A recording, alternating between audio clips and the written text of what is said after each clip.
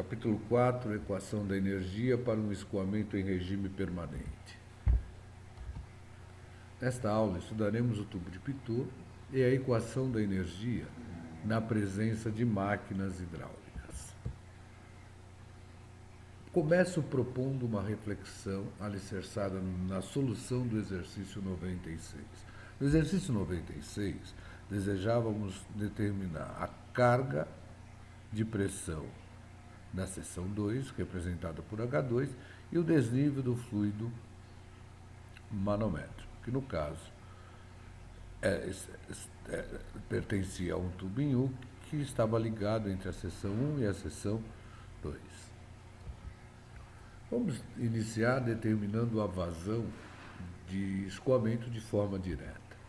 Para isso, nós sabemos que a vazão é o volume sobre o tempo. Coletamos um volume de 26 litros em 20 segundos. Determinamos uma vazão de escoamento de 1,3 litros por segundo. Como conhecemos a área do tubo de aço 40, de diâmetro nominal de 1 polegada, igual a 5,57 centímetros quadrados, lembrando que essa área foi obtida π, o diâmetro interno ao quadrado, sobre 4. Podemos determinar a velocidade média, tanto na seção 1 quanto na seção 2, que vão ser iguais porque as áreas são iguais. Determinamos uma velocidade média de 2,334 metros por segundo.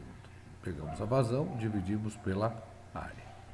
Aí vamos aplicar a equação de Bernoulli de 1 até 2, que foi a condição do exercício. Nós aplicávamos supondo todas as hipóteses estabelecidas para a equação de Bernoulli, ou seja, o escoamento considerado incompressível, ρ constante, escoamento em regime permanente. Se tivesse nível de reservatório, ele seria mantido constante, mas o mais importante é que o tempo não entra no estudo. Determinamos que as propriedades nas seções consideradas tinham uma distribuição uniforme. Considerávamos o escoamento de um fluido ideal, ou seja, sem viscosidade, ou aquele que não apresenta dissipação de energia. Era um trecho onde não tínhamos máquina hidráulica e era um trecho onde não havia troca de calor.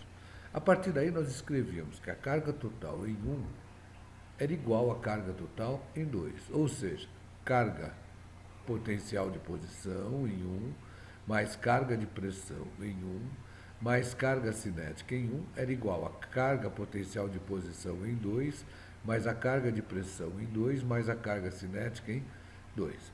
Como a nossa instalação está num plano horizontal, ou seja, tanto a seção 1 quanto a seção 2 se encontram no PHR, temos que Z1 igual a Z2.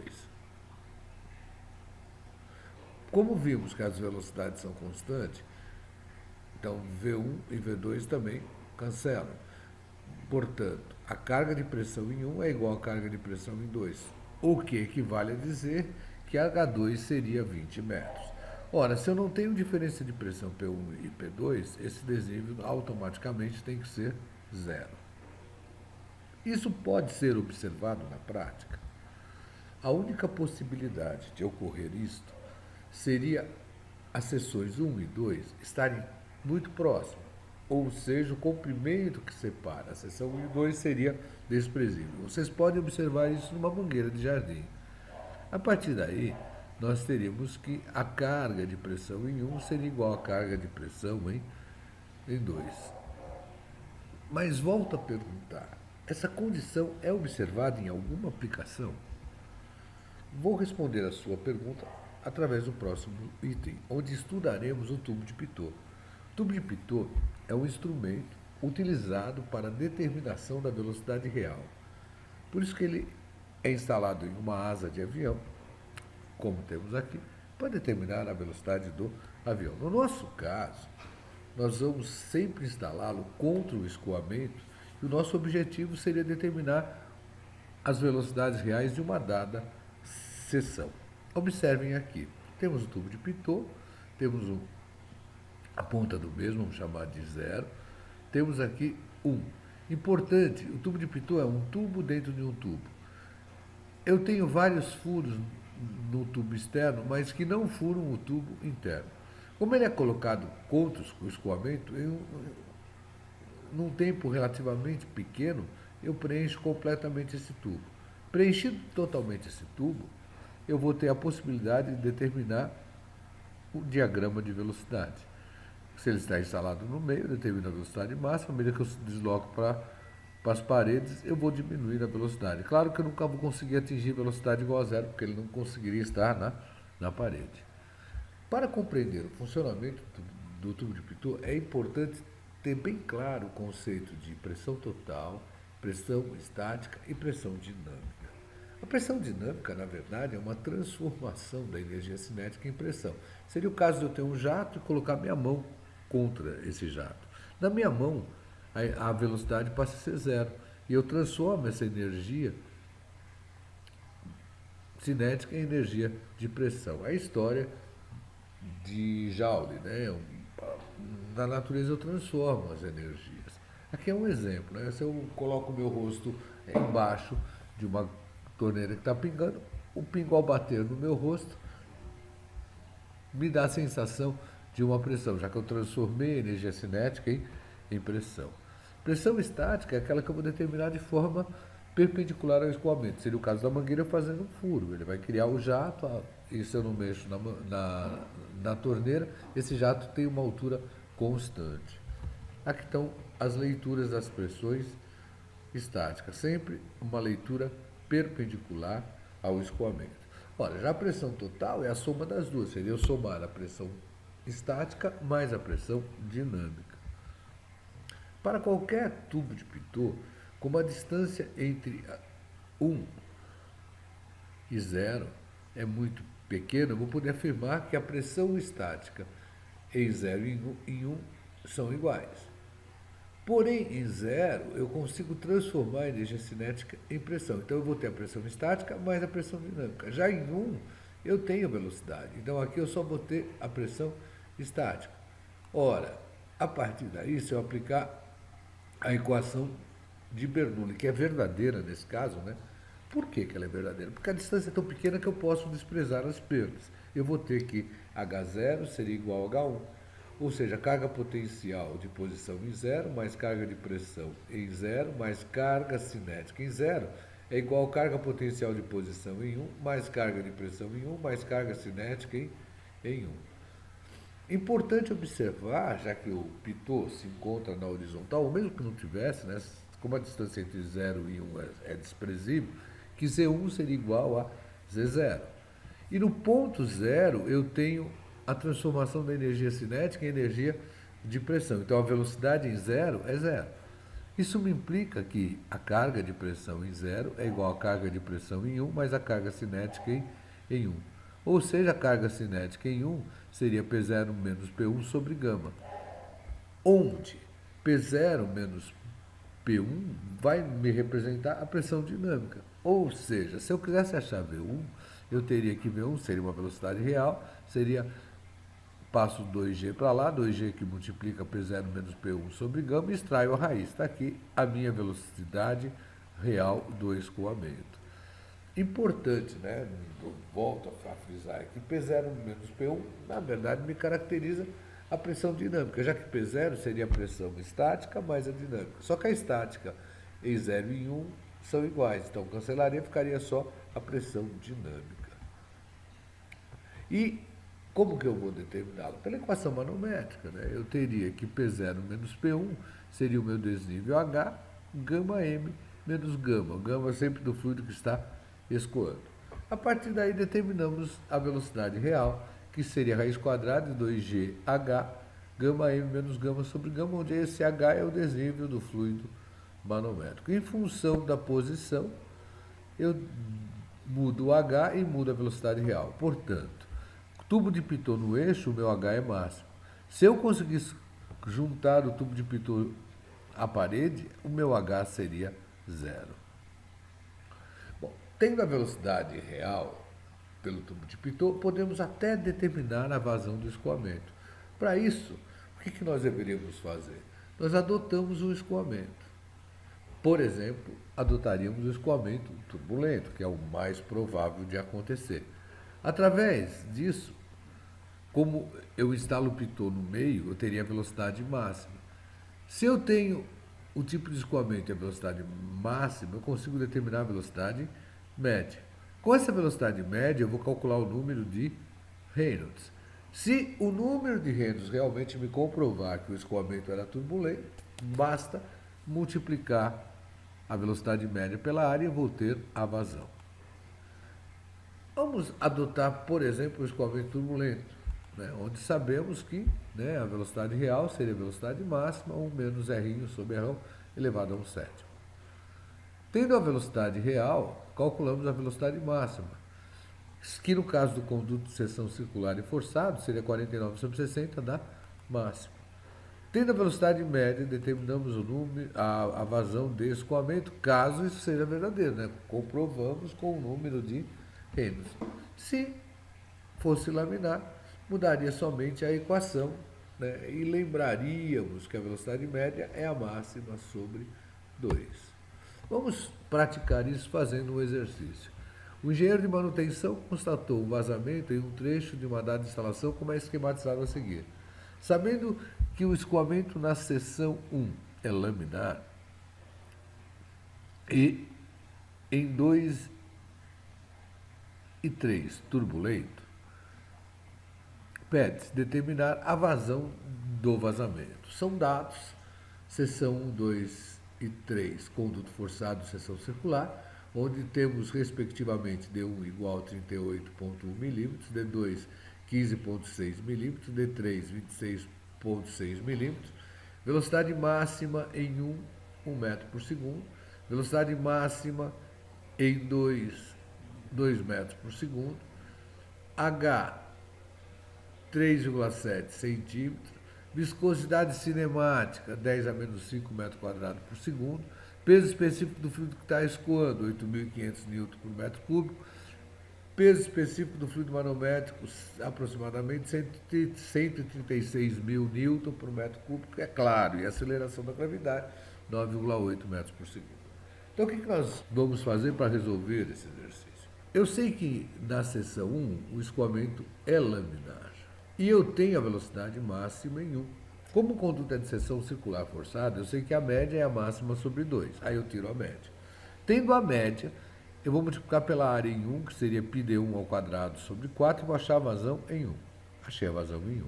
Já em 3, sabemos que o escoamento é turbulento. E temos a velocidade máxima em 3, que é 2 metros por segundo. Ora, a média seria 49 sobre 60 desta velocidade máxima. Tiramos a média.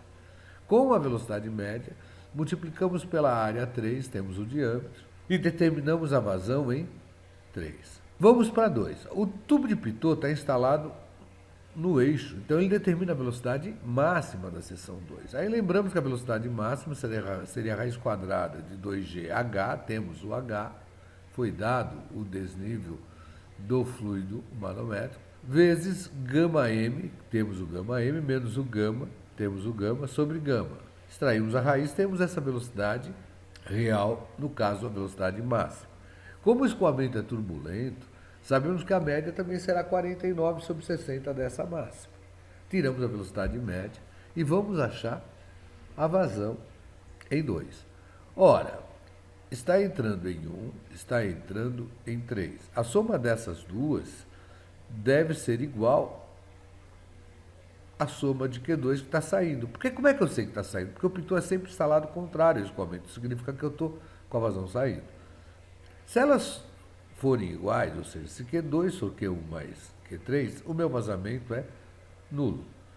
Agora, se Q2 for menor do que a soma de Q1 mais Q3, o que resta, a diferença, vai me dar o vazamento que eu estou procurando. É isso aí, moçada. Vamos praticar e aprender fazendo. Vamos partir para a simulação da experiência de tubo de Pitot. Nessa simulação, o que eu preciso saber? Para que serve o tubo de Pitot? O tubo de Pitot serve para determinar a velocidade real do escoamento. Como ele é construído? É um tubo dentro de um tubo, sendo que o tubo externo tem os furos a uma distância muito pequena da ponta do aparelho, de tal maneira que a pressão estática entre a ponta e onde esses furos foram feitos vão ser iguais, e na ponta do aparelho, como ele é instalado sempre com o contrário ao escoamento, eu vou determinar a pressão total, que seria a pressão estática, que é igual da seção 1, mais a pressão dinâmica. E qual o equacionamento? Vimos o equacionamento. Velocidade real igual raiz quadrada de 2gh, gama m menos gama sobre gama. Então, sabe, temos pressão estática, dinâmica, total. Sabemos aplicar a equação manométrica, continuidade de energia. Sabemos que a perda de carga não ocorre, porque as distâncias são muito pequenas. E determinamos a velocidade real e com ela vamos determinar a vazão. Então está aqui, ó, um tubo dentro de outro tubo. Aqui, nesse tubinho interno, olha, eu vou determinar a pressão total, ou seja, estática mais dinâmica. No tubinho externo, que tem os furos aqui, ó, tubinho externo, aqui eu vou determinar a pressão estática. Quando eu faço a diferença, já que a estática é a mesma, eu determino a pressão dinâmica. No laboratório, o fluido que nós usamos como fluido manométrico é a isoparafina 13/15 com bromoforme e corante. A sua massa específica é conhecida, 2.877,83 kg por metro cúbico. O que nós objetivamos? Instalar o tubo de Pitot no eixo, ou seja, prega igual a zero, e determinarmos a velocidade máxima. Com essa velocidade máxima, acharmos a vazão pelo tubo de Pitot e compararmos essa vazão obtida pelo tubo de Pitot com a vazão obtida de forma direta lá no tanque. Essa é a atividade. Vocês devem coletar os dados no YouTube. 4.8. Equação da energia para um escoamento incompressível em regime permanente em um trecho sem máquina hidráulica. Nesse caso, nós sabemos que a carga inicial é igual à carga final, mais o que eu perdi do início ao fim. Ou seja, carga potencial de posição inicial, mais carga de pressão inicial, mais carga cinética inicial é igual à carga potencial de posição final, mais a carga de pressão final, mais a carga cinética final, mais o que eu perdi no trecho indo do início ao fim. É importante observar o seguinte, em um trecho que não tenha máquina hidráulica, o fluido vai sempre da carga maior para a carga menor. É o caso, por exemplo, de você afirmar, eu não parei em nenhum posto de gasolina, eu sei que eu sempre ando com o meu veículo indo da onde eu tenho mais gasolina para onde eu tenho menos gasolina. Por quê? Porque existe o consumo da gasolina, ou o consumo do diesel, ou o consumo do álcool, no sentido do escoamento. Então é importante, primeiro, para saber como escrever essa equação, carga inicial igual a carga final mais as perdas, eu tenho que saber o sentido do escoamento. Isso eu estabeleço em um trecho que não tem a máquina. Por quê? Porque no trecho que não tem a máquina, eu sei que eu vou sempre da carga maior para a carga menor. Vamos aplicar isso no exercício 109. Voltando ao nosso exercício anterior. Só que agora eu quero que vocês calculem a carga total na seção 1 e a carga total na seção 2. Conhecendo Z1 e Z2 são iguais, conseguindo determinar a carga cinética em 1 e 2, que nós já determinamos, já que o volume é o mesmo, o tempo é o mesmo, e a área do tubo é o mesmo, então nós tínhamos já determinado a velocidade, então carga cinética é V ao quadrado sobre 2G, e conhecendo a carga de pressão, em 1 é 20 metros e em 2, 17 metros. Calcula a carga total em 1 e calcule a carga total em 2. É claro que a carga total em 1 vai ser maior do que a carga total em 2. Isso justifica que o escoamento está indo de 1 para 2. Vamos aplicar isso no exercício 111. Água escoa através de um tubo com uma vazão de 4 litros por segundo. Se as pressões manométricas PM1, PM2 e PM3 são respectivamente 13,8 kPa, 12,3 kPa e 10,8 kPa, calcule a perda de carga nos trechos de 1 a 2, no trecho de 2 a 3 e no trecho de 1 a 3. Dados: densidade do fluido que está escoando, que o caso é água, 1.000 kg por metro cúbico, aceleração da gravidade, 9,8 metros por segundo ao quadrado, e os diâmetros internos das tubulações, D igual a 52,5 milímetros, e Dzinho igual a 26,6 milímetros. Se vocês quiserem acompanhar a solução desse exercício, está aqui o endereço. Ele já que está resolvido no YouTube. Basta copiar o endereço e vocês vão ter acesso. Mas é importante fazer antes de comparar. Último item do nosso encontro de hoje. Equação da energia para o escoamento incompressível em regime permanente e em presença de máquina hidráulica. Conceito de máquina hidráulica. Ora, a máquina hidráulica é um dispositivo que vai ou fornecer ou retirar energia do próprio fluido. No caso de ser uma bomba, a bomba ela é um dispositivo que vai fornecer energia para o fluido. Então, fornece carga para o fluido. Energia por unidade de peso é chamado de carga. Essa carga que ela fornece ao fluido é denominada de carga manométrica da bomba e nós vamos representar por HB. Já a turbina é o dispositivo que retira a carga do fluido. Se ela retira a carga, eu sempre vou entrar com maior carga e vou sair com menos. Essa carga que ela retira é chamada de carga manométrica da turbina e vamos representar por HT. Equação de energia em presença de máquina hidráulica. Vamos considerar um trecho de uma instalação representado ao lado. Nós temos uma seção inicial, temos a máquina e temos uma seção final. A equação de energia fica carga inicial mais carga da máquina igual a carga final mais as perdas do início ao fim. Isso, abrindo, vai nos dar carga potencial de posição inicial mais carga de pressão inicial mais carga cinética inicial mais a carga da máquina igual a carga potencial de posição final mais a carga de pressão final mais a carga cinética final mais a perda de carga do início ao fim. Observação: se a minha carga manométrica for positiva, ela será igual a mais HB e eu estarei trabalhando com uma bomba. Se a carga manométrica for negativa, ela será menos HT e eu estarei trabalhando com uma turbina. E é claro, se a carga manométrica for zero, eu não tenho máquina nenhuma no trecho. Importante, só posso escrever essa equação se eu sei o sentido do escoamento. Por isso, eu tenho que pegar um trecho que não tenha máquina e calcular as cargas e comparar. Lembrando que o fluido sempre vai da carga maior para a carga menor. E o único trecho de uma instalação que eu não considero as perdas seria entre a entrada e a saída de uma máquina. Por que eu não considero as perdas? Ora, porque as perdas já vão estar inclusas no rendimento da máquina, que nunca é 100%. Então eu não considero a perda de carga quando eu estou trabalhando entre a entrada e saída de uma máquina, seja uma bomba ou seja uma turbina. Vamos aplicar isso no exercício 115. Na instalação a seguir, esquematizada, deverão circular 15 metros cúbicos por hora de água, massa específica igual a 1000 kg por metro cúbico, e a viscosidade 10 a menos 3 pascal vezes segundo.